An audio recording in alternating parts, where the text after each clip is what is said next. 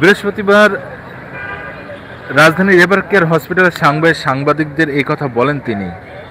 তার ব্যক্তিগত চিকিৎসক doctor S M Zahid Hossain.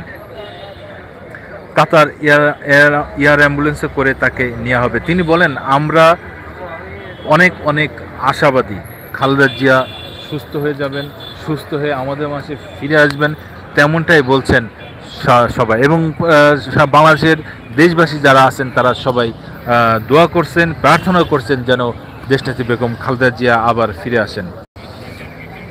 দেশনেত্রী বেগম খালেদা জিয়ার ব্যক্তিগত চিকিৎসক ডক্টর এস জাহিদ হোসেন বলেন, আমরা অনেক অনেক আশাবাদী আল্লাহর অশেষ মেহেরবানিতে এবারও তিনি আমাদের মধ্যে ফিরে আসবেন। সব কিছু ঠিক থাকলে কাতারের পাঠানো এয়ার অ্যাম্বুলেন্সের মাধ্যমে আজ মধ্যরাতের পরে বা কাল ভোরে